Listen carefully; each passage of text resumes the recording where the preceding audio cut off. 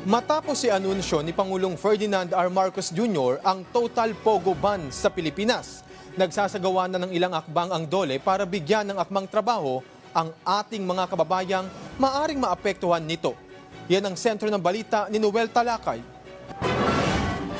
Inihayag ng Labor and Employment Department na sinisimulan na nila ang profiling sa mga Filipinong nagtatrabaho sa mga Philippine Offshore Gaming Operation o POGO.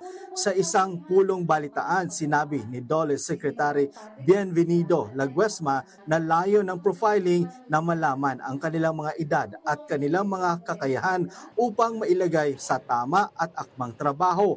Target ng DOLE na tapusin ang profiling bago matapos ang taong 2024. Anong klase ng kanilang trabahong ginagawa? Mangangailangan po ba sila ng intervention ng DOLE sa pamamagitan ng TESDA through upskilling, retraining? Tinitingnan din po yung level ng kanilang tinatanggap na pasweldo. Sinabi rin ng kalihim na nakatakda silang magsagawa ng job fair para lang sa mga POGO workers na Pilipino. Nagbabalak na po ang DOLE sa tulong po ng pribadong sektor ng tinatawag po natin na focus, specific or sectoral jobs fair, no? Para matignan po natin kung ano ang pwede talagang mapapasukan nila na trabaho. Dagdag pa ng kalihim na hindi lang mga pangangailangan ng mga apektadong POGO worker ang kanilang tutugunan, kundi kasama rin ang kanilang mga pamilya na pwedeng pasok sa mga programa ng DOLE.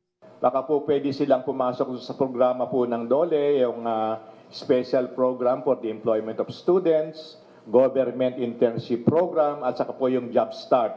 Iginiit rin ni Laguesma na kasama rin sa kanilang tutugunan ang mga foreigner na lehitimong POGO worker o yung may mga permit na magtrabaho sa bansa. Ayaw din po namin na ma-expose ang ating mga kababayan na hindi tinutulungan kung saan sila naroroon dahil parang gumaganti sa atin sa ating trato doon sa mga foreign nationals na lehitimo naman ang kanilang pagtatrabaho. Batay sa tala ng DOLE, sa ngayon mayroon ng 15,000 na mga Pilipinong nagtatrabaho sa POGO ang kanilang na-profile. Matatandaan, noong ikatlong SONA ni Pangulong Ferdinand R. Marcos Jr., inanunsyo nito ang pagban ng POGO sa bansa. Noel Talakay para sa Pambansang TV sa Bagong Pilipinas.